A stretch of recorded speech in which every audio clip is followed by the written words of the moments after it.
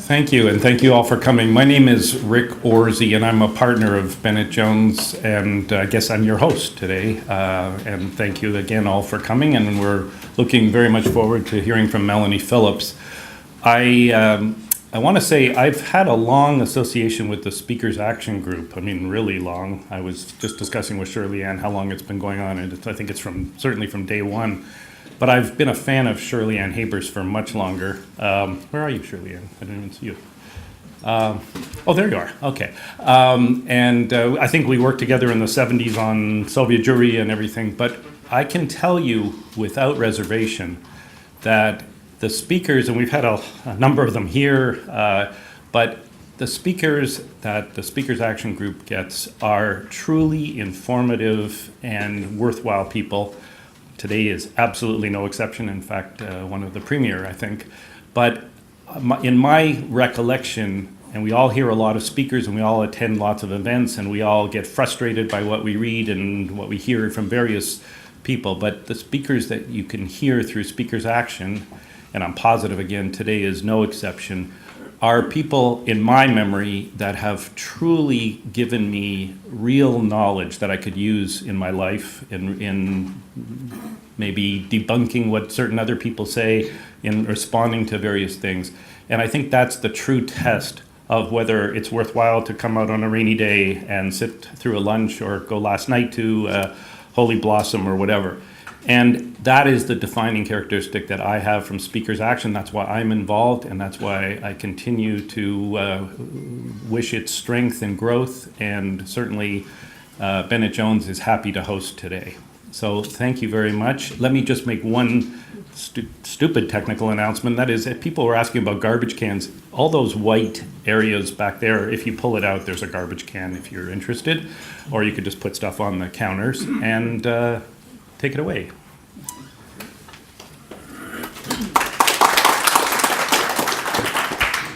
Hi, welcome everyone. Thank you for coming. If you don't know me, my name is Daniel Boardman. First question, no, I'm not one of Shirley Ann's grandkids. I work for the Speakers Action Group, so I'm in charge of social media, and it's been great. I just joined this year, so I'm new, and reasons and events like this are why I'm so happy to be part of Speakers Action Group, because we do some very important work, in my opinion. And I also, on behalf of the whole organization, we really want to thank Rick Orsey and Bennett Jones for hosting this event, because we know that sometimes people say things. We really appreciate it being part of the battle of ideas. I also like to thank the Speakers Action Steering Committee, in particular Debbie Rose, who even Melanie can attest to this, has spent 24/7 on this event. So everything you see in front of her is really, at least half of it's thanks to her. So thank you, Debbie. All right, so we're here to talk about the world turned upside down, the role of the media. I think if we all met in 2015, 3 years ago, we would all agree that we did not see 2018 coming. No one would have predicted things like Brexit or Trump. And what is the role of the media? I think we have the perfect speaker for that today, as Melanie Phillips has spent a lot of time on the BBC. Sometimes they give her half an hour. Sometimes she put up there and someone says, we should run the economy on peace and love. Here's Melanie to say why love is bad. And it really puts in perspective, like, what is fake news? We all talk about it. Is it online media? Is it the mainstream media? Is it outright lies? Or is it just presenting things in a bit different of a way? So we face all these complicated challenges. We live in a world where I went to university where Zionism is like supporting Nazi Germany. Real quotes. Because I have heard that Hitler was a Zionist. This is absurd. This is absolute absurdity. So this is why Speakers Action Group was formed, to combat bad ideas like this. And if you're interested in following us, we have great events coming up. On March 26th, there will be a screening of the film The Fight of Our Lives, where Melanie is playing a starring role. So you are here to see a movie star and journalist, all right? So cheap lunch. So it's my absolute pleasure to introduce her, because you might know her as an award-winning journalist. She's written for the Times of London, the Sunday Times, the Observer, even the Guardian, although I don't think they're on the best of terms anymore. But guys, please just give a warm round of applause for one of my favorite journalists, Melanie Phillips.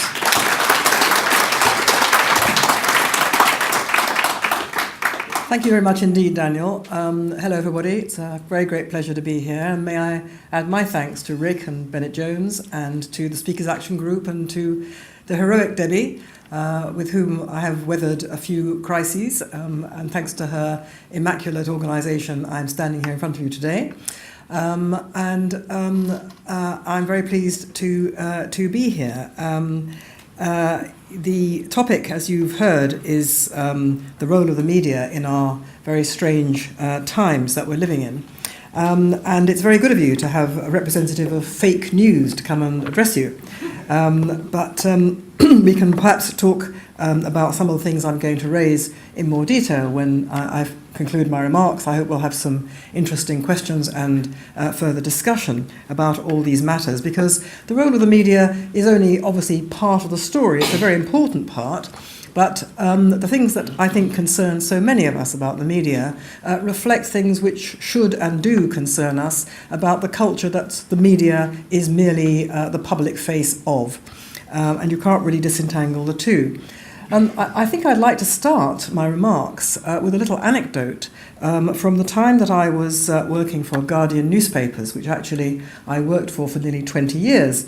And as I say to my erstwhile colleagues at The Guardian, it is The Guardian that made me what I am today. And mysteriously, they aren't terribly pleased to hear that. But anyway, when I was working at The Guardian in the mid-'80s, there was, the wars going on in the former Yugoslavia, Bosnia, all that sort of thing. I've forgotten now which stage this was that I'm now about to tell you about. But there was a period where, war was going on. And there was a particular journalist at The Guardian who wrote like a dream. She was a marvellous craftsperson of words. Her work won award after award.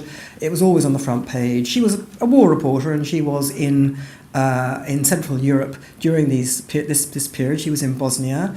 And I remember in particular one piece she wrote, which is on the front page, which was particularly affecting. There had been some terrible, tragic event, a lot of people dead, and she described an affecting scene in a village at the heart of all this trouble.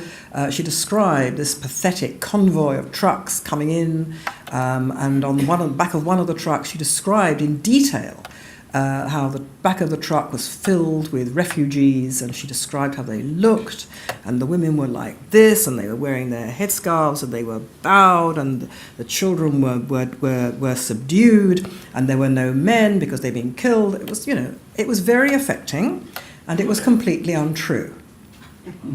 She hadn't been there. She hadn't seen it. She had made it up.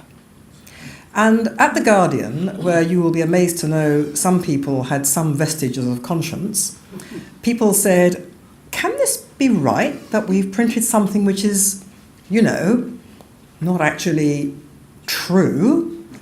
And other people said, no, it's fine. It's absolutely fine that we have printed this because it is the broader truth. What was the broader truth? The broader truth was what everybody knew. It was unarguable that the Serbs were the bad guys, the Muslims were the victims. That was the broader truth, and anything that illustrated that broader truth was fine, because it was illustrating the broader truth. So the fact that it was a lie wasn't a lie at all. It was actually true. This was the mindset. Now, that mindset didn't come from nowhere. It came directly from what became the orthodoxy in the world of the intelligentsia. When it started, I can't tell you, but certainly I noticed it around the mid-'80s, which became known as postmodernism. And the essence of postmodernism was that there was no objective reality, and there was no such thing as objective truth. You may have read The Closing of the American Mind, and at the beginning of it, I can't quote the precise words, but he says something like, everybody knows, every single student in America knows one thing for absolute certainty. There is no objective truth. And I have encountered over and over again younger people than myself, for there are some, who say anybody who thinks of such a thing as objective truth is basically stupid. They're basically intellectually deficient. it's so unsophisticated. Because if you're clever and intelligent and educated, you know. I mean, objective truth? By what standard? Everything is a matter of opinion. It's my narrative, it's your narrative. We have rival narratives. And my narrative is not any better than your narrative. And I found this when I, from time to time, would go up to my colleagues at the Observer, which was owned by The Guardian, or The Guardian, and I would say, well, we printed X, but actually it's not true, because here is the evidence, here are facts which show that what we've printed is actually wrong. To which the answer was, no, these aren't facts. This is your opinion of what facts are. And my opinion is different. So my opinion wins. And you couldn't get through this barrier that there was such a thing as evidence and facts, which was a different category completely from opinion and subjective viewpoints. We are in a culture where the subjective rules. What I believe is true. You can't say it's not true because it's what I believe, because what I invent for myself, my own narrative, the expression of my inalienably authoritative personality, is the valid thing. And consequently, everything is subjective and everything is a matter of feelings. What I feel is more important than what is. I feel, therefore I am, almost. And you feel something different. Well, let's be very solicitous about your feelings. Except that if your feelings are that I'm wrong, well, I can't have that. Because we can't have that at all, because my feelings are inviolable. And so that's where we got to more generally. Everything is a matter of opinion, everything is a matter of narrative, everything is fluid, there is no objectivity. This, of course, is absolutely inimical to what I, being so ancient, was brought up to believe in my own personal family household life, and then as a training journalist. It was almost the first thing we were taught when we were trained as journalists back in the 70s, that there were facts which were sacred and there was opinion, and you must not muddle the two.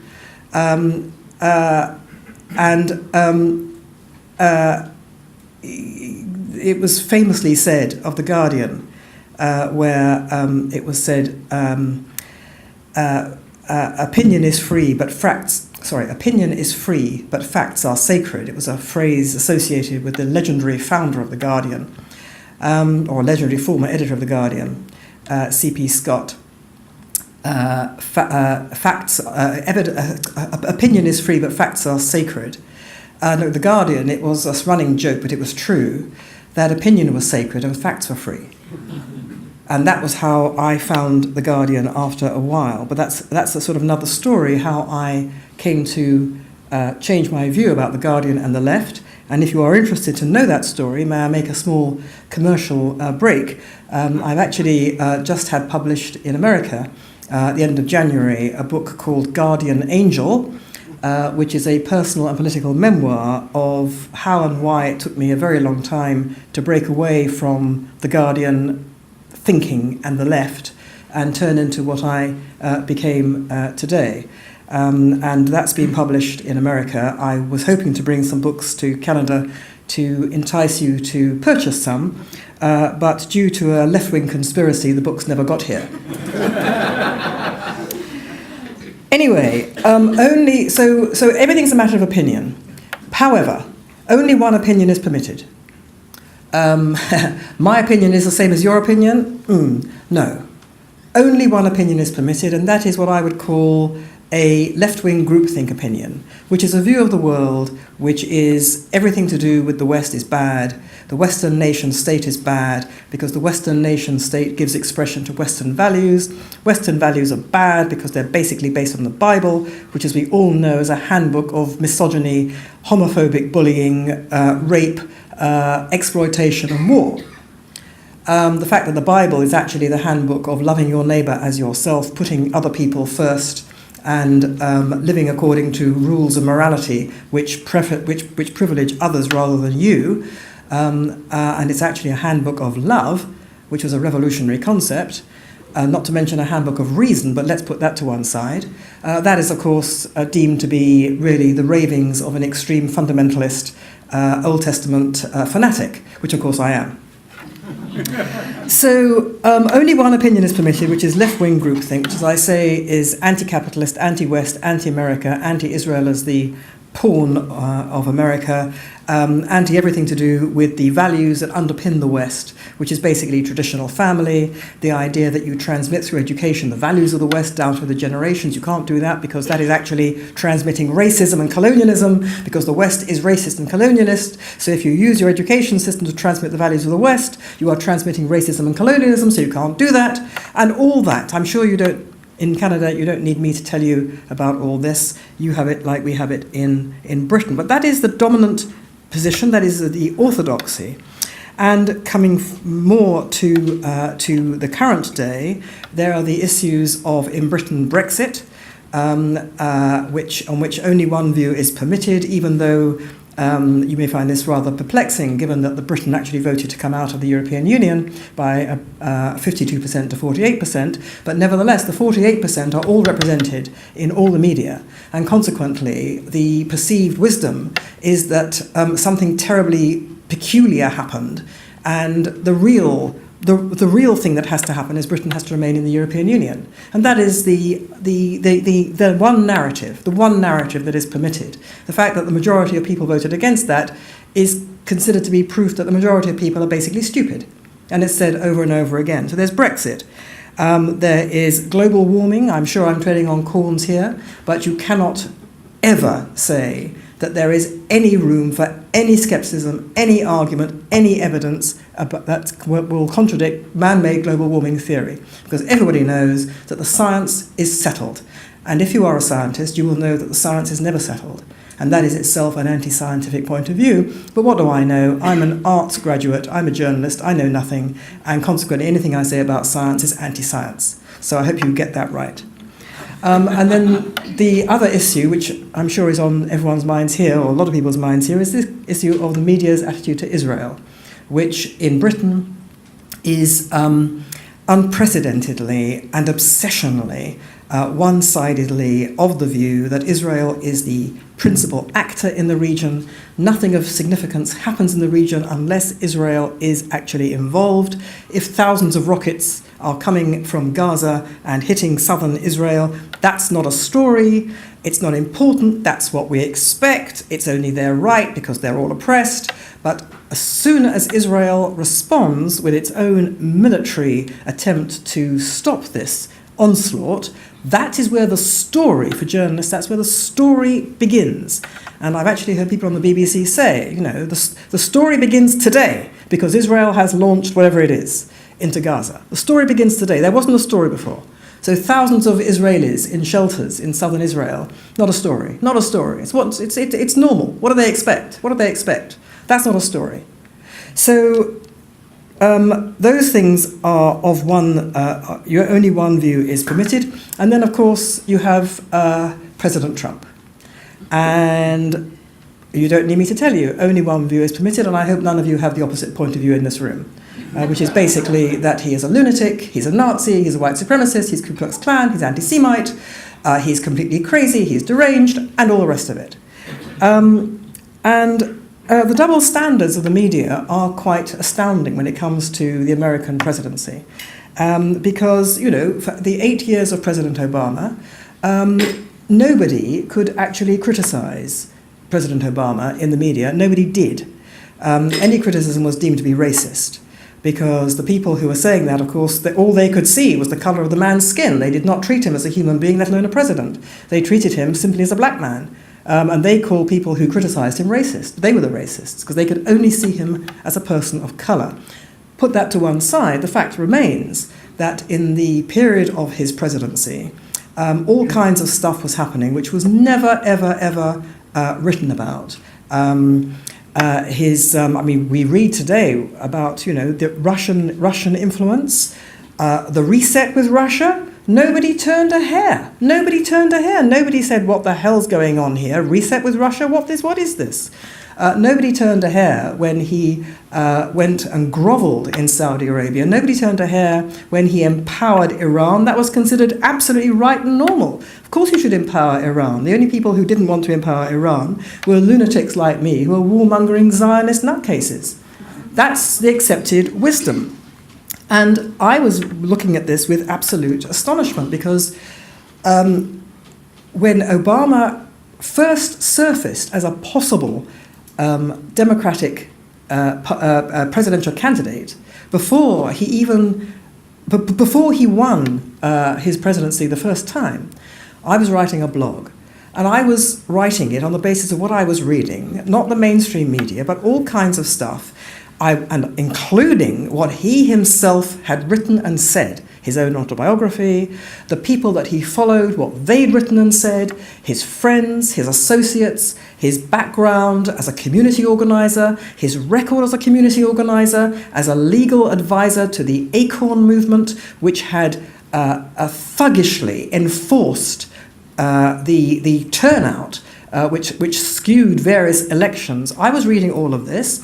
I was reading about his associations, and I was writing my blog saying this man is one of the most dangerous people ever to have emerged in American politics. And it came to the eve of the presidential election, and not a word had been said in the mainstream media about any of this at all.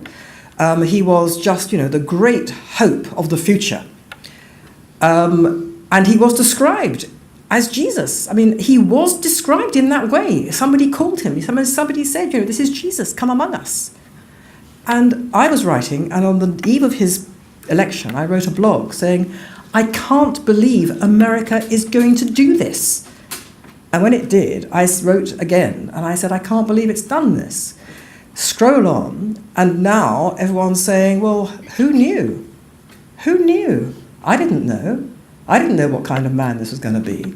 And then you look at what's happening with President Trump. Whatever you think about President Trump, and I have great reservations about his fitness for office, his character, and all the rest of it, but you look at the double standard and the way in which he is misreported, the way in which lies are told. I mean, I'm reading what he's actually saying, and then I'm reading what people are saying he said.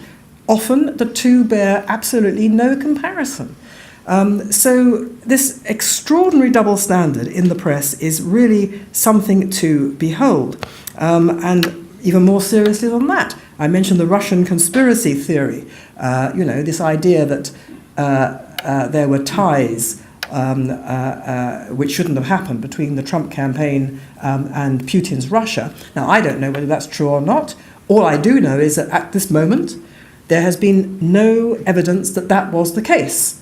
But it may be the case. But so far, there is no evidence that was the case. And I was brought up to believe that if you're a reporter, if you're a journalist, you report on the evidence. So no evidence, and yet the press goes on and on and on about the fact that there were these ties, and it's only a matter of time, and everything is reported through the prism of there were these ties. But at the same time, we see this unfolding scandal involving the Democratic Party and its ties to Russia through this infamous dossier, the Christopher Steele dossier. Christopher Steele employed by Fusion GPS, which was itself in some sort of financial connection with Russian elements. I'm reading all this in certain blogs and websites. Mainstream media, it's not being reported at all, except to say there is a conspiracy theory which is being peddled by the extreme right in order to destroy the Mueller investigation. That's how it's being presented. I mean, the double standards are quite remarkable. Now, in Britain and America, there's a kind of hysteria about President Trump in the media. On the BBC, Glenn Beck, the erstwhile shock jock, who's had a kind of epiphany for some reason, and he decided that his previous persona was something he regretted, and he's become a great critic of President Trump. Okay, so he was on the BBC because he was a great critic of President Trump. So we rejoice over the sinner that repents, do we not? So there he was on the BBC. as the critic of President Trump. They would never have had him on when he was Glenn Beck as we remember him. But now he has seen the light and he's done due penance and he's a critic of President Trump. He's given a respectful hearing on the BBC. So up he comes, being interviewed about the awfulness of President Trump. Now, you will know, if you know of Glenn Beck, you will know that he's never, ever lost for words. Torrents of words emanate from him the whole time. And the interviewer, who is a respected BBC foreign correspondent, said to him, "So, Glenn Beck, do you actually think that Trump is actually deranged?" And there was a silence. There was a silence, and there was an intake of breath, and I could just hear Glenn Beck thinking, what? What was I just asked? Because whatever you think about President Trump, to say, do you really think he's deranged? Like, come on now, we all know, you know. I mean, let's stop beating about the bush. The man is clinically insane, isn't he? That's the assumption that the BBC makes. And Glenn Beck took a deep breath and said, well, I would not have used that word myself. And then he went on to make perfectly reasonable, harsh criticisms of Trump. Now, that's the BBC for you. And then you look at what the Associated Press, the news agency, the website Powerline reported on this. And it is astonishing, and I must just read bits of this to you. Fox News reported some time ago that American spy satellites had detected the North Koreans loading anti-ship cruise missiles onto a patrol boat. Right? So it's a big thing, further alarming evidence of North Korea's alarming behavior. The Associated Press was not interested in that. What it was interested in was the tweet by President Trump. And it reported thus.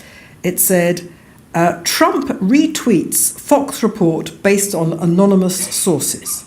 Okay, so anonymous sources, so we don't really believe the report about North Korea. The problem is Trump's tweet, not North Korea. The problem is Trump's tweet. President Donald Trump has retweeted a Fox News report based on anonymous US intelligence sources, despite his Attorney General's pledge to clamp down on government leaks. Just think about that for a moment. Government leaks? Yes, the Attorney General of the United States of America was concerned about leaks from North Korea? I think not.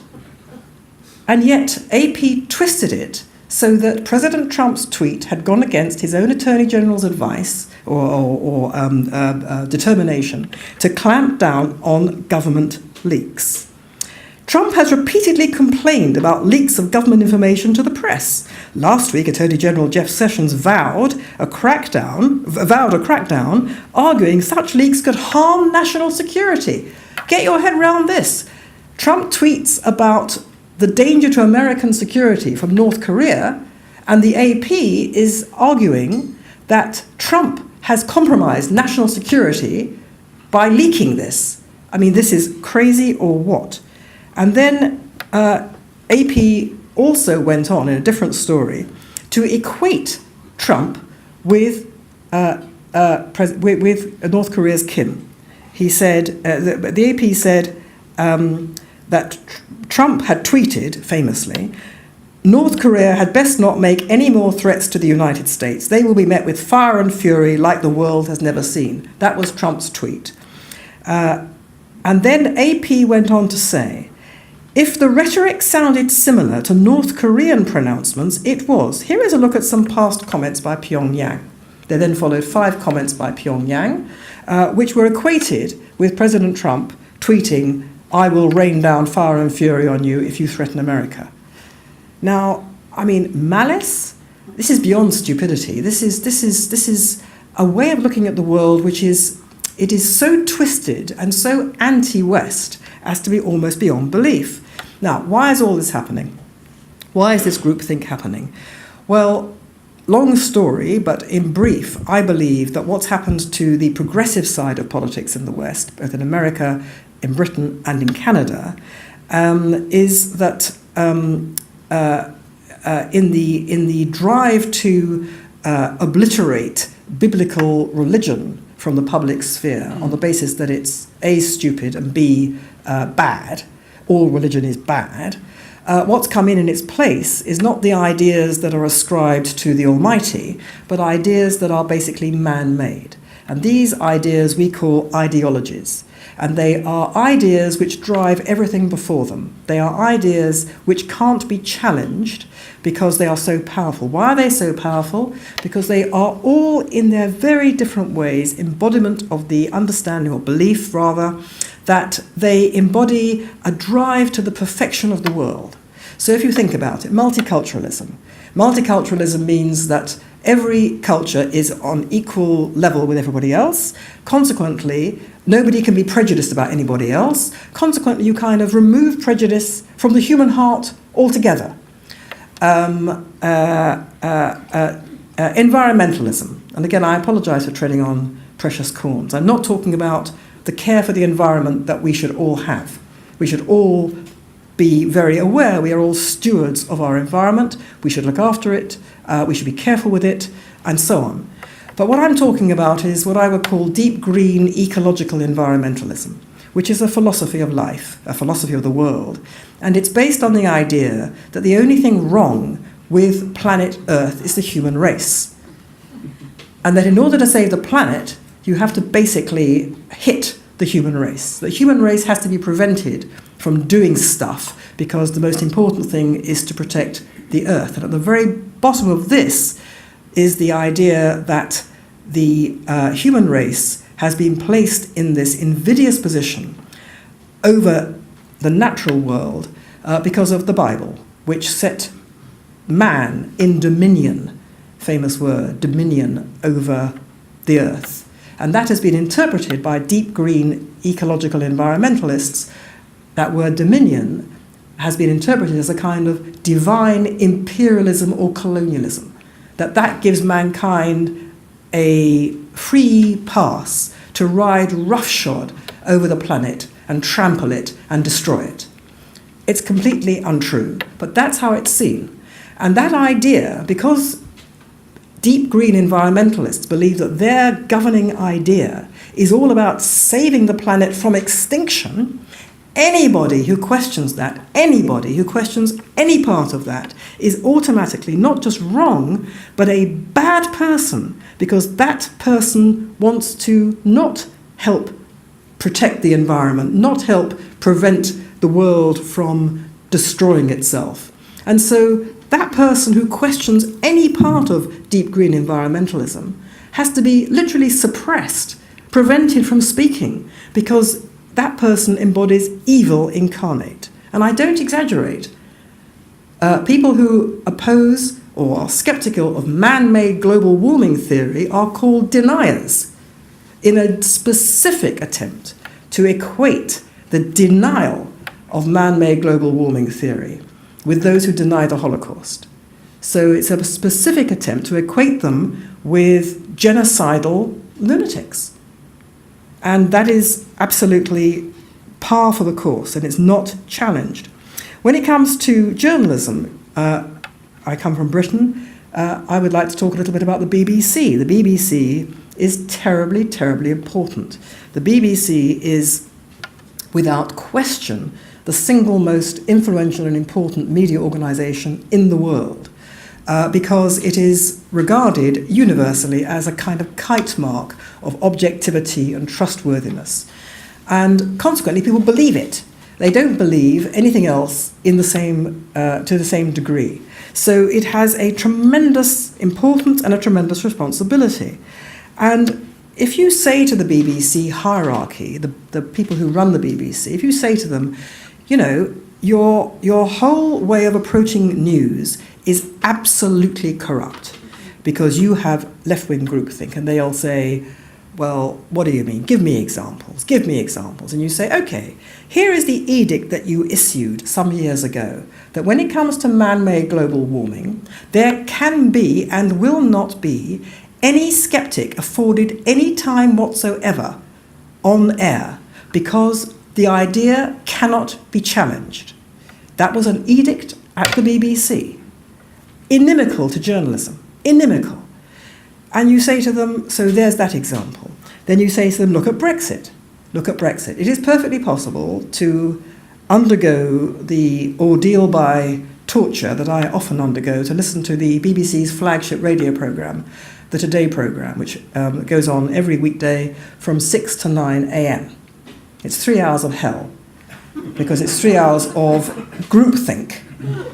And it's perfectly possible to listen, as I have done on more than one occasion, from 6 till 9, because I'm a real glutton for punishment, and to hear, if Brexit is, the story of the day, because there's been some development, so you can hear 4, 5, 6 items in that period from 6 to 9 a.m. on Brexit.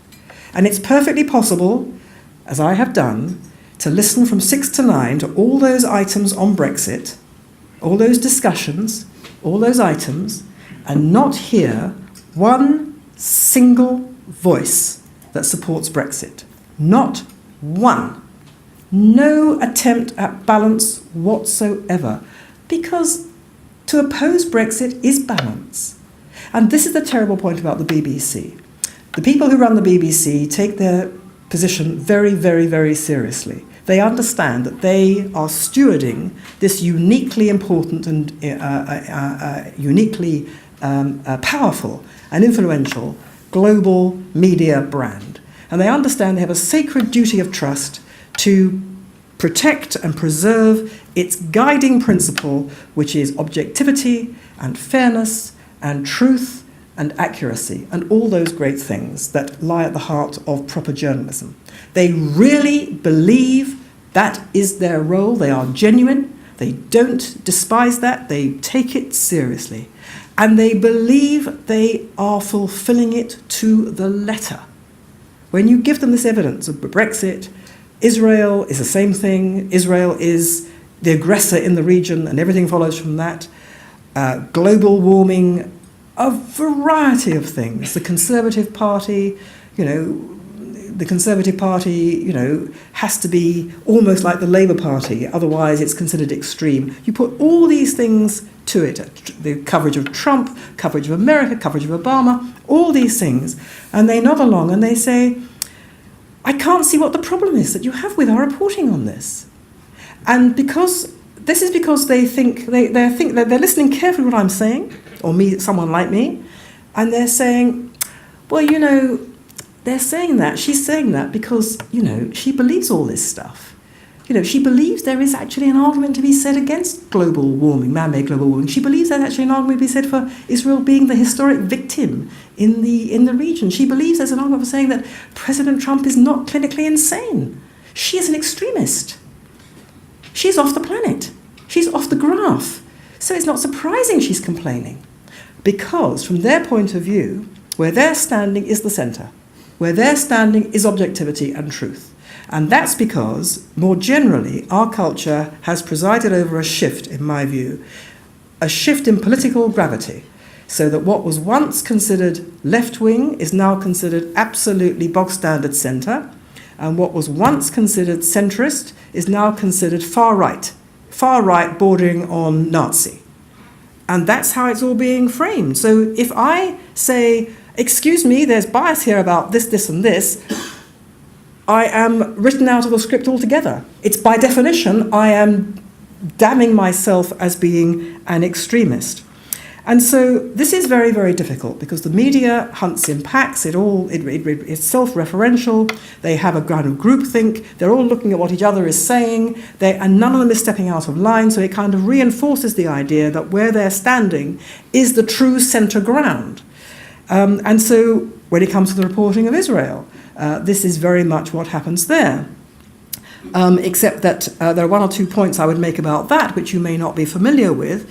People who don't work in the media are not familiar with the way the media works, which actually also has a very great impact upon the way in which Israel is reported. If you are a journalist from London and you are sent out to cover the Middle East by your newspaper, you will be sent out to deliver a story. That story, everyone knows what the story is. The story is Israel is the aggressor in the region, and it's the settlements that are the problem, the obstacle to peace, and Netanyahu is himself the obstacle because he is not dealing with the settlements, and the Palestinians, all they want is a state, and if there was a state, there would be peace tomorrow. Everyone knows that.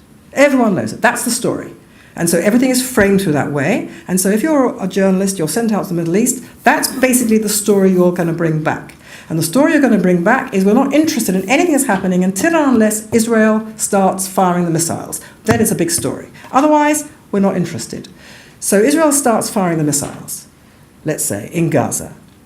And then you're having to deliver the story. So what do? You are a British journalist, you don't speak Arabic, you don't speak Hebrew, but who cares about that? You don't speak Arabic. How are you going to get the story?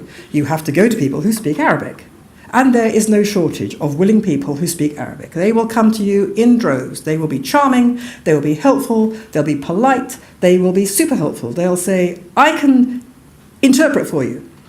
Not only can I interpret for you, I have a car, I will drive you to all kinds of places, and because you're with me, you'll be safe, and I can show you the good stories. I can show you the victims, I can show you the weeping mothers and the weeping whatevers, and I can show you the devastation. Come with me and I will give you the story. And the journalist wants the story because he's got a news editor at his back, or her back, saying, where's the story, where's the story? And there's only one story, that's the story. And so they go out and they bring back these stories. They haven't got a clue, not a clue what they're being told. It's in Arabic. It's being translated for them. They haven't got any idea at all. They don't care because it's the story.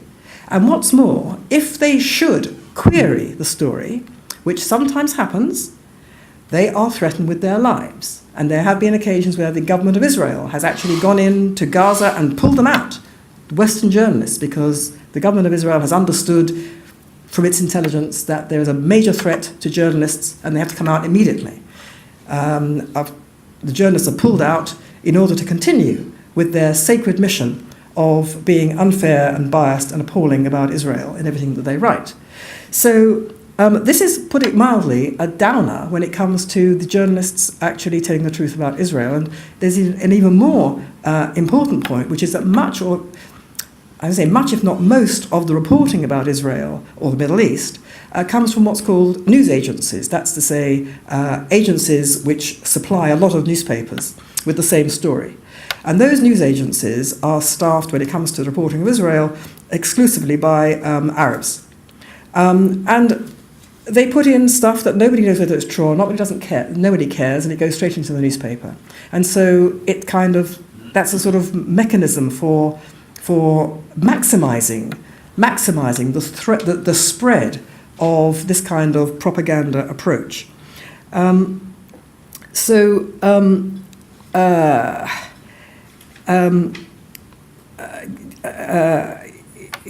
There was a particular example which I just want briefly to tell you about, which you may have read about, the case of Mohammed al-Jura. Do you know about this case? Do I need to tell you that Mohammed al-Jura was the child who was reportedly, according to a report on France 2 television, it showed him being killed by the Israelis in some demonstration, and he was shown in an iconic picture cowering against his father, and then you see the child slump, and you're told that there's been 25 minutes of firing by the Israelis, and you see the child slump, and then the reporter says he's dead.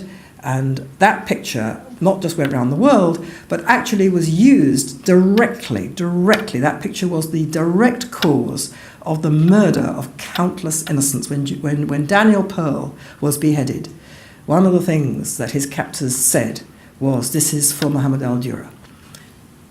The image was used to incite mass murder, and it was a lie.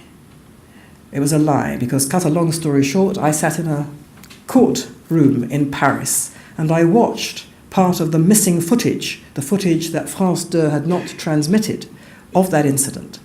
And it was very apparent from the start that this demonstration was not a demonstration at all. It was a staged carnival. There was a carnival atmosphere.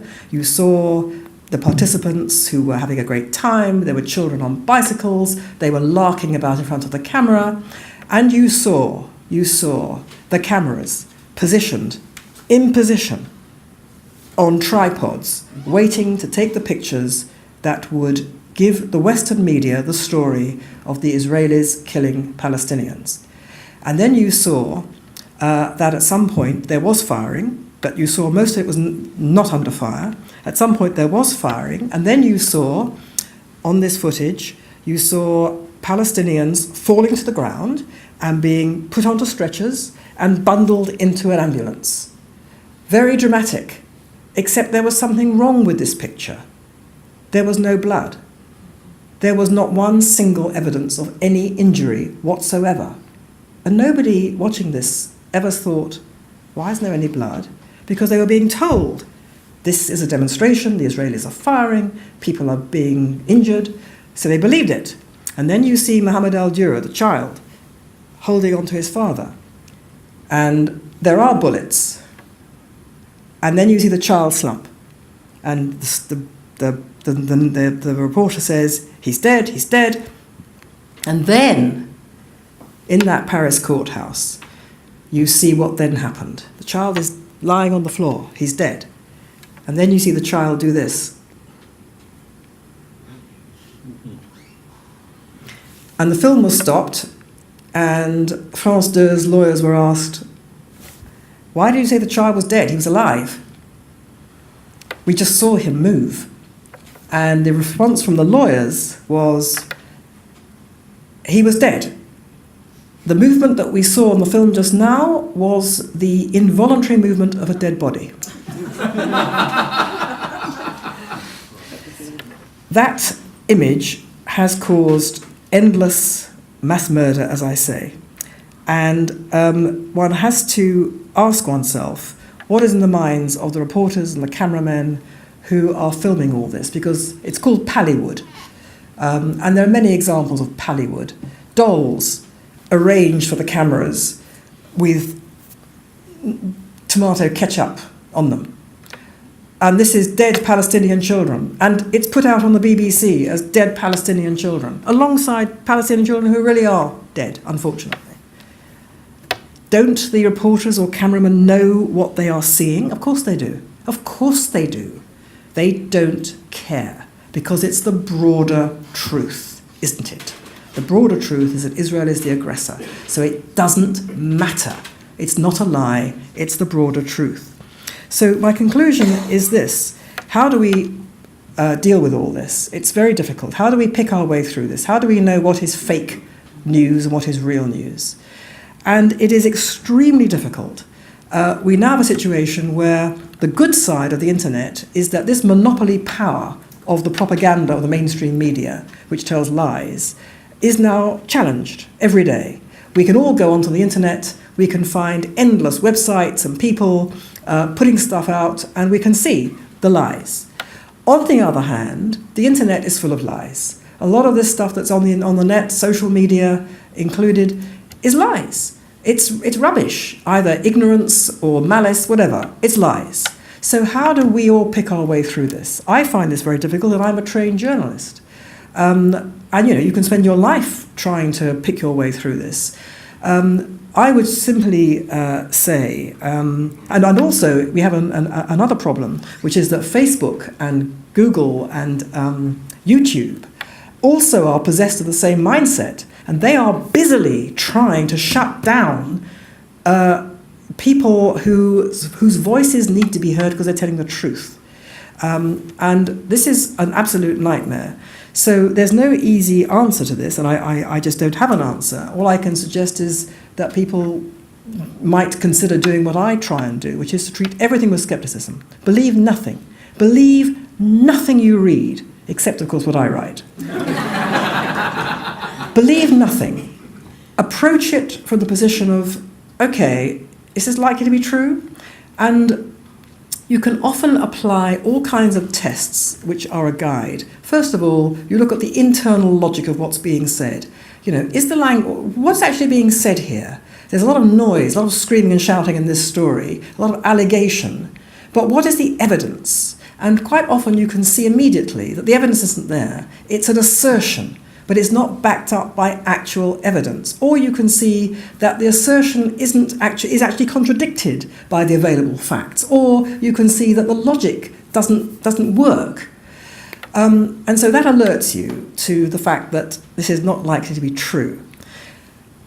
Correspondingly, what I increasingly do, and who has the life and time to do this, but it's necessary if you want to find out what's going on, you have to go as much as you can to original sources. So, for example, the Mueller indictments, the indictment against the 13 Russians. As soon as there was going to be an indictment, there is an indictment, absolute hysteria in the media and on social media. And, immediately there was a kind of tsunami of information, and it was coming at you from all angles, and people were hysterical, and you cannot tell who is telling you the truth about this. So you ignore it all. Go to the indictments. Go to the Department of Justice. Look up the indictment. Read the indictment for yourself. Try as much as possible to go to the original sources. This is by no means an adequate solution, to put it mildly, but that's how one has to kind of pick one's way through this. I find there are certain sites that I come to trust. I trust them because of experience that what they say one week is actually proved to be true a year later. So you kind of trust these people, but you must never let your guard down. But there are certain sites that I find particularly valuable. I would suggest, for example, Real Clear Politics, which many of you may read, which is actually a compilation of the articles of the previous 24 hours, which the compilers deem to be useful because they are intelligent, they're well written, they are factually accurate, and they come from a variety of different perspectives. So if you look at those, then you can get a fairly good cross-section idea of what's going on. And, you can sort of pick your way through that without feeling that you're being trapped into a particular way of thinking. So my final point is this, that what I've been describing is the media. The media is a terribly important mechanism for determining our cultural parameters, for determining how we think. But ultimately, the media is not the problem. The media is not the source of all this. The media is really the public arm of the intelligentsia, of the people who think. And they are rooted in the universities.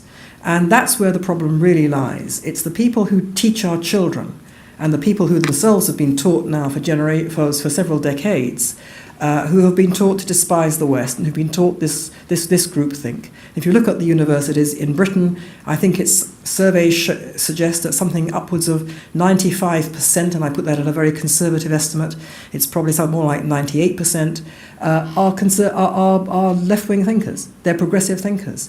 The number of conservatively minded people, i.e. people who are not the left, in university teaching is statistically insignificant. And I would expect it to be the same, if not worse, here, and it's the same in America. That's where the problem lies. How one deals with that is a very difficult problem, but that's what we're up against. We're up against a culture that has gone off the rails, and the media is merely the public expression of that culture. And if we want to deal with the media, we actually have to work out ways of fighting and winning the culture war that is currently underway.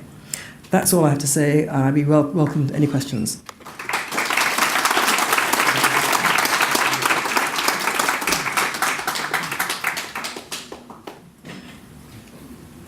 Thank you, Melanie. We'll take some questions. Just a couple ground rules. It has to be a question, not a statement. And second of all, please stay within the bounds of propriety, everyone, okay?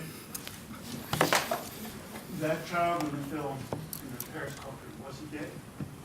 Was the child in the Mohammed al-Jura child, was he dead? Well, he wasn't dead by the end of the film. Whether he was dead afterwards is another matter. No one knows what's happened to him. I did try and follow that up, and he just vanished. We have no idea whether he's dead or alive now, but at the end of that France 2 film, he was certainly alive. When I listen to you speak, it makes me think Church of Scientology. We live in a culture of a cult, whereas if you don't drink the spiked Kool-Aid, you are a pariah. But when you mention the notion of religion, Western religion, based on the Bible, we haven't applied that same contempt to the Quran. In fact, we've bent over backwards. And so I wonder, is it not really the case of our confusion of kindness with absurdity? We want to all feel that we're kind, we want to feel kindness, we want people to think of us as kind, and so we enter the absurd. Like in 9/11, we say, aren't silent about Islam, we say Islam is all about peace, even though we know that there's a problem of violence with Islam. Well, the problem. So we've turned against our own biblical precepts while effectively embracing or being indifferent to the dangers of the Quran. I think that's broadly what you're saying. The two go together in this way, and this is a very complicated argument, but basically the two go together in this way, that by disengaging ourselves from the truths of the Hebrew Bible, we have pretended to ourselves that that there must be no differentiation made between cultures, and that anyone who makes any kind of differentiation, any kind of attempt to make a hierarchy of cultural values, is intrinsically racist and discriminatory. And that the West is intrinsically racist and discriminatory because it's always had power. And so it's used its values to oppress those without power. This is very much a Marxist analysis of the world. It's all framed in terms of power and powerless. It's complete garbage. But unfortunately, this is now the orthodoxy on the progressive side, as a result of which the developing world can do no wrong. And consequently, it cannot. The developing world is the victim, the historic and actual and present-day victim of the developed world. And because it's a victim, it is morally pure. It can do no wrong. It cannot be held responsible for its own actions. And consequently, you cannot criticize it for what it does or what it thinks. That is merely to prove that you, the developed world, are intrinsically racist and exploitative and oppressive. That's why we have Islamophobia, that we cannot condemn or criticize.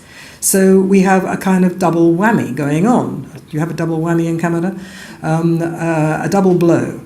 That we have deprived ourselves in the West of the underpinnings of our own culture. We are sawing off the branch on which we sit, because it is from the Hebrew Bible that we get our galvanizing ideas about real human rights, based on respect for every person who lives, and all good things, putting other people first and all the rest of it. So we don't want that. And at the same time, we've told ourselves we cannot say that that culture is any better than any other, and consequently we have to embrace other cultures. Otherwise, we will be discriminatory towards them. And so we've hollowed out our own defences. To mix my metaphor, we're sawing off the branch on which we sit. And the Islamists, who understand perfectly, two things. They understand what the West has done to itself in hollowing out its own culture. So it no longer knows what it believes, and it's certainly not prepared to die for what it believes. It understands the West is hollowed out, and it also understands that without the religious underpinnings, a culture is nothing. And Islam knows that better than anything else, because it's all about the religion. And so it's moving in. And the West is paralyzed and powerless. It cannot deal with this because it doesn't know how the rules should apply. It can't square in its mind its very decent desire to be fair and just and tolerant to other peoples and other cultures, which in my book is how we should be, and to allow people the space to practice their private religious beliefs. I believe that a liberal society has to do that. It has to make that space, and it has to make that space for Muslims who believe what they believe. But because it believes that, it's confused that very proper liberal template of tolerance. It's confused that with the idea that you cannot set any boundaries at all without being discriminatory. So you can't say, for example, as in Britain, that we're not having Sharia law. Why? Why should we say that in Britain and in Canada? Because Sharia law is where, the rubber hits the road. Sharia law is where a minority stops saying, we just like the ability to be able to practice privately our religion and our culture, which they should be able to. That minority is saying, we require our laws to be equal to your laws, at the very least, if not take over. But let's say the very least, equal to your laws. And what that means is that the fundamental bedrock principle of a Western liberal democracy, which is everybody lives under the same law, one law for all, that can't be. So in and of itself, Sharia law breaks that bargain, that liberal bargain, that bargain of a liberal society. So that's, in my view, where the line should be drawn, for example.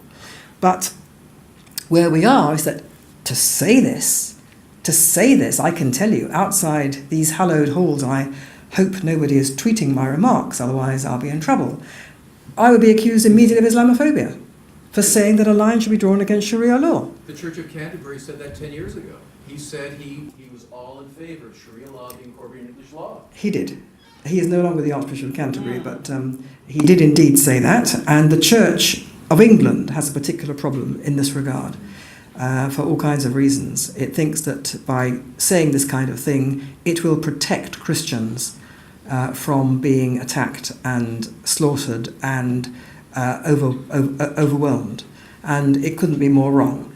So that's the confusion of the times. We can't see where we should.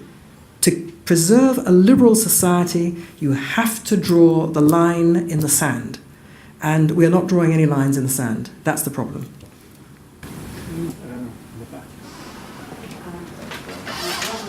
Was an internationally known jurist, used to say that you have to read papers from the different positions. Right-wing papers, left-wing papers, and when you did that, you have an idea of what, might really be the facts. Okay, so the suggestion is if you read right-wing papers and left-wing papers, then you can get a good idea of what the facts actually are. It's a nice thought, but it's not true, because the right-wing papers are terrible as well. Because, for various reasons, what do we mean by right-wing? We mean they adopt a free market position, they are in favour of capitalism and all that kind of stuff. Whatever. But they are nevertheless, and this speaks to the problem I think that conservatism has in the West. It no longer knows what it is that it has to conserve. This is why you had the problem in America of rhinos, why Trump became Trump, because the Republicans didn't know what it was to be conservative anymore, why in Britain we have a conservative prime minister who is enforcing, safe spaces and speech codes and all the rest of it, because she thinks that to be a person of conscience means that you have to be left-wing. This is a conservative prime minister. And as far as the newspapers are concerned, they are staffed overwhelmingly in Britain. I can only speak for Britain. But those that sort of support the Conservative Party at a general election, they are overwhelmingly staffed by journalists who subscribe to many of the kind of liberal left-wing shibboleths that I've been talking about. And they are themselves very confused. So I'm afraid that simply won't do. Certainly the broad point that you're making is that read as widely as possible over a variety of viewpoints. That is obviously a sensible thing to do. But to think that if you read simply, conservative newspapers on the one hand and liberal left-wing newspapers on the other, you're going to arrive at the truth of a situation, I'm afraid that is simply not the case. And the reporting of Israel, for example, you look at conservative-run newspapers in Britain, to a newspaper, they put in lies. Because in large measure, they are, as I've suggested in my earlier remarks, they are quite heavily dependent on the news agencies, which service all of them, and which are themselves captured by propaganda. Hi. So I'd be interested in your comments. I've been finishing a great book by Douglas Murray, The Strange Death of Europe, who touches a lot of what I think you two are on the same page. We are friends. Yeah. And and he talks also about not just where they say, oh, here's the story that you have to get, but he also talks about they're not allowed to report the truth. When it was the Rotherham sex scandal, which would make anybody's blood boil if they're familiar with it, and in the media how they're just not allowed to report in Europe about statistics and about rapes, and it was just, and I just want to be interested in your thoughts and comments on it. The Rotherham sex scandal is a very interesting and good case in point. As you say, it was a horrific thing. To those who don't know what this was the discovery by my own newspaper, The Times of London, about 2 or 3 years ago, of a situation which had been allowed to exist for more than 10 years, in which gangs of overwhelmingly Pakistani heritage Muslim men were going out and enticing, sometimes kidnapping, but basically grabbing hold of very young white girls. They targeted white girls, mainly from fairly chaotic homes. They were very vulnerable girls. A lot of them were in the care of the local authority. And they pimped them in the most appalling way. They tortured them, they raped them, they abused them, they handed them from man to man per night.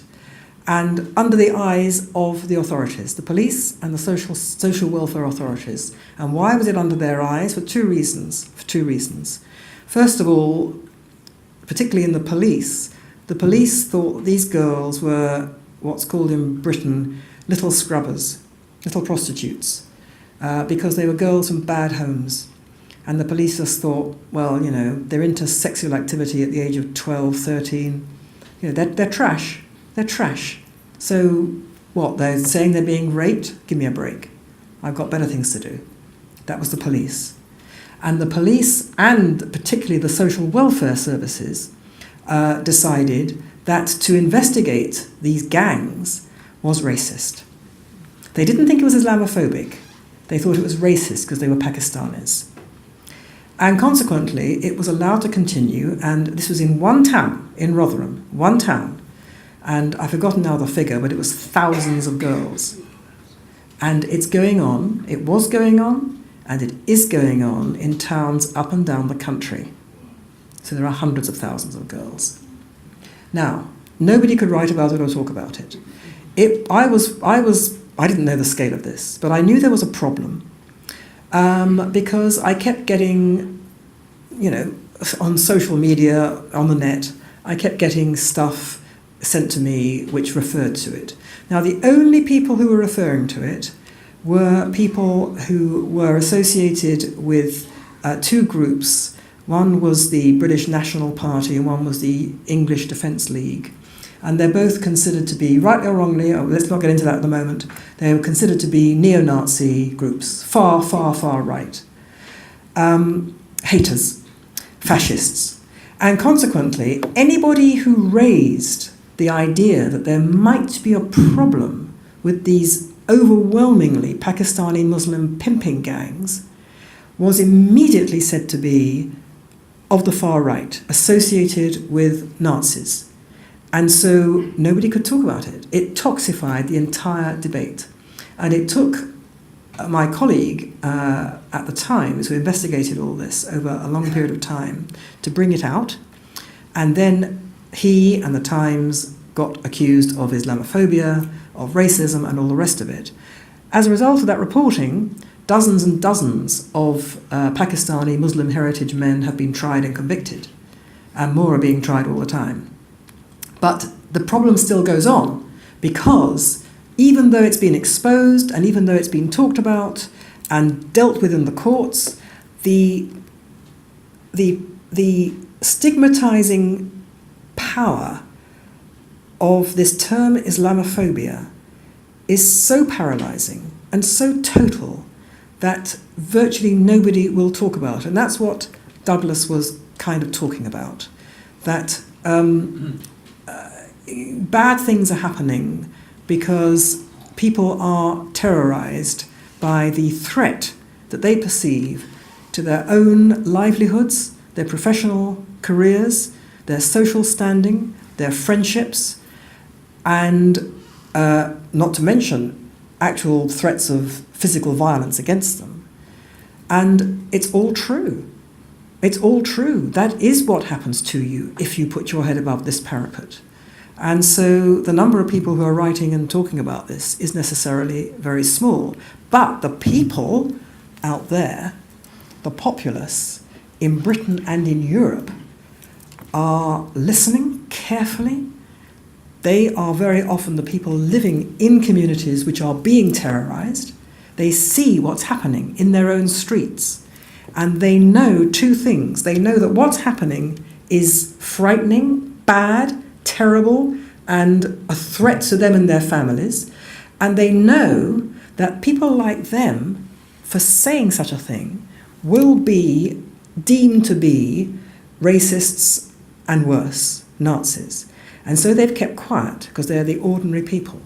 But when given the chance, they show their feelings. And they showed their feelings, they're showing their feelings in Europe. In Europe, the same thing is happening, but in a different scale, different context.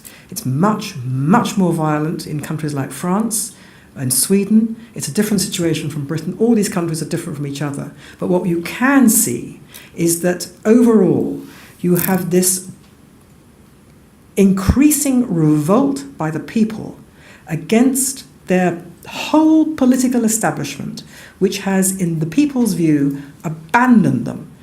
Not only has it abandoned them, but has actually said, you have no right to say that you want to hold on to your own benighted racist Western culture because that's white, and that's ethno-nationalist, and it's nativist, and that is fascist. And that's why you're voting for all these fascist parties. So every political party in Europe that says, excuse me, we think that we actually want Europe to be Europe, they are being damned and denigrated as fascists and Nazis. Now, some of them are. They were formed by people who were Nazis, and they remain bad people. They remain bad people. They remain people who hate all Muslims. They hate all people of colour. They hate Jews. They are still bad people. But alongside them are parties which are not like that, which are just saying, we don't want to have Europe Islamized. We want Europe to be Europe. And they're all lumped together. But the people are just voting, taking them as a group. What the people are voting for, whether they are bad or good people in themselves, these political parties, what the people are voting for is for Europe to remain Europe. And so the fight is on. The fight is on. The political establishment is nowhere. The political establishment is still digging itself further into the hole in Britain and in Europe. But the people are ahead of them. And it's not going to be pretty in Europe. It is not going to be pretty because Europe won't go down without a fight. And it will be bloody and horrible. And I have no idea what the end product will be, but it will be a fight. Did you still have a question in the back? You, the gentleman in the back. You. Yeah. I'm wondering, do you think that the media is justified in rejecting certain topics for debate? So the example you gave is that the media won't permit someone who denies, someone who's against global warming. So if somebody wanted to come on who would assert that blacks aren't equal or Jews control the world, do you think that those are proper subjects for debate as well? Or do you think that there has to be a distinction between those topics which are sort of societally accepted and those subjects which, would be Okay. Do I think that every topic should be open for debate, including, for example, the idea that black people are inferior or Jews are a conspiracy to take over the world? And the answer is no, I don't. And it's a difficult line to police where the line is. But I think that I think the point about... I think we're living through a period where language has become hijacked, so words no longer mean what they should mean. One word is justice, which has come to mean injustice in many respects. It's because it's all conceived in terms of power. And another word is prejudice. Now, people think that people who speak harshly about others are prejudiced. And what I think people don't take on board is that in my book, true prejudice, true bigotry, is basically it departs completely from any concept, any reasonable concept of reality. It has absolutely no anchorage in evidence whatsoever. And so if you say black people are inferior, that is an unpleasant opinion which has no anchorage in reality. If you say Jews want to take over the world, that has no anchorage in reality. It is a derangement. And so in certain, so that is a kind of marker of bigotry. And the second element of where I think the line should be drawn is that bigotry, if it's directed at people, has the capacity to incite people to hurt those people.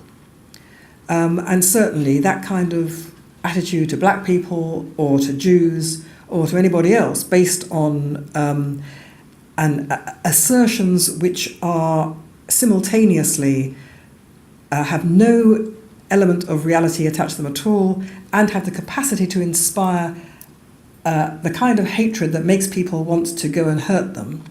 That cannot be allowed. We cannot have a situation where we tolerate behaviour which hurts other people.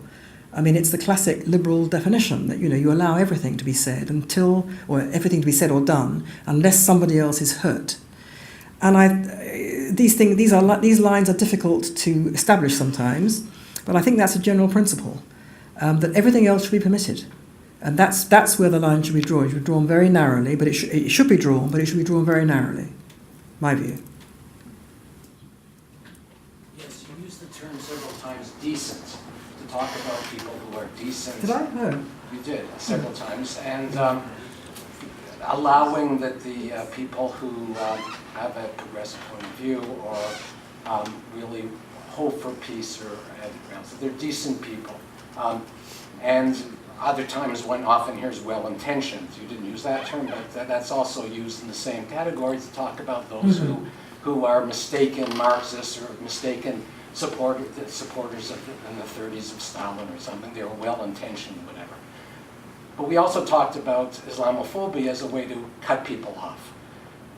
And is it not possible that referring to people who have supported Stalin, for instance, or today supports people who want to kill me and my children and grandchildren, that is in Israel, to refer to them as decent is making a category mistake.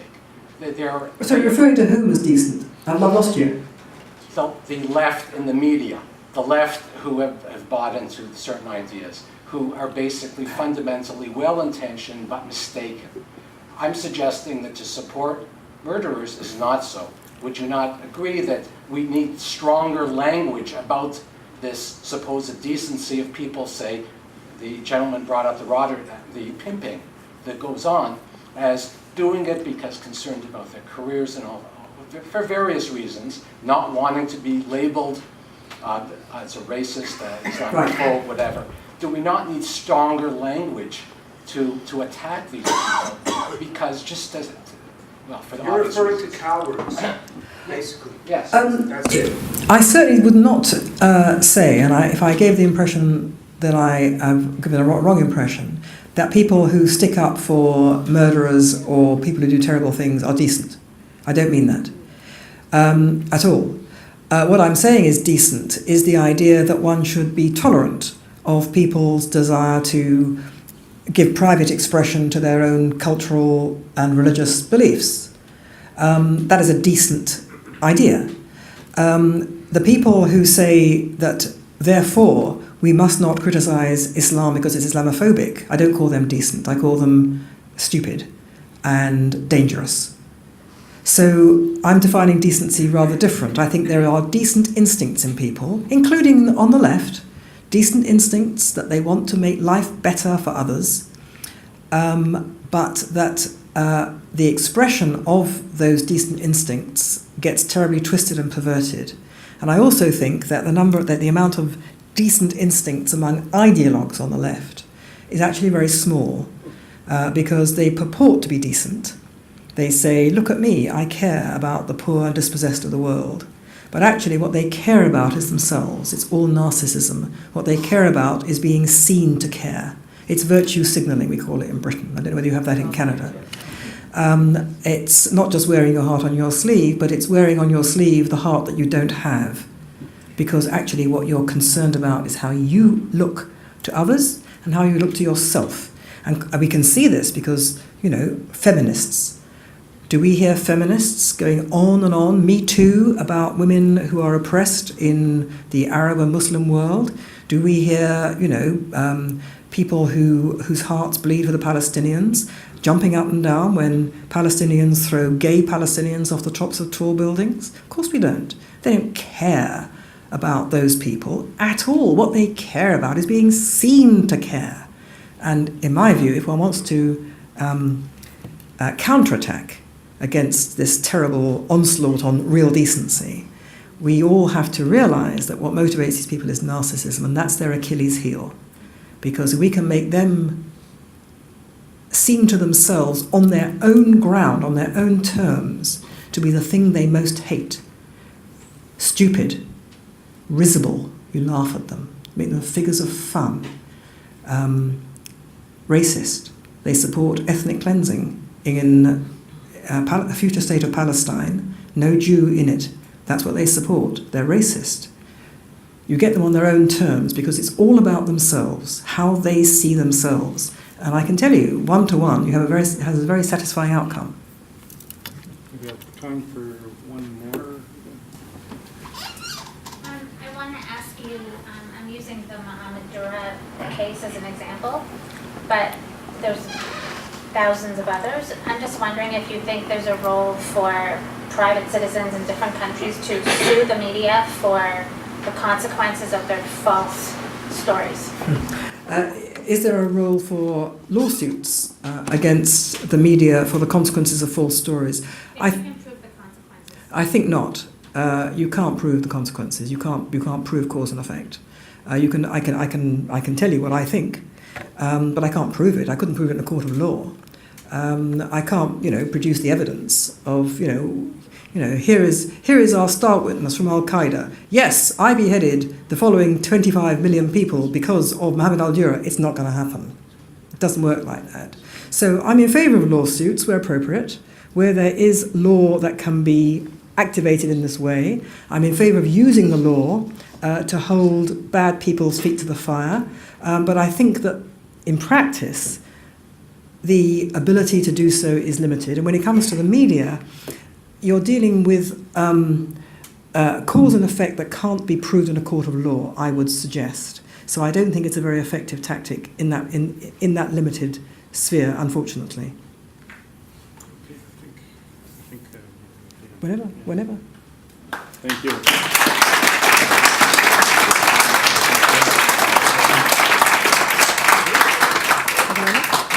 All right, that wraps up our event for now. We're going to be around. Thank you all so much for coming. It was a great event. Thank you so much, Melanie, for coming into Canada to talk with us. We very much appreciate that. It's an important thing, especially in these times. And if you guys want to fill out your cards, if you haven't filled it out, please do so now and leave them with Shirley Ann, who does everything. All right, thank you so much. Enjoy lunch.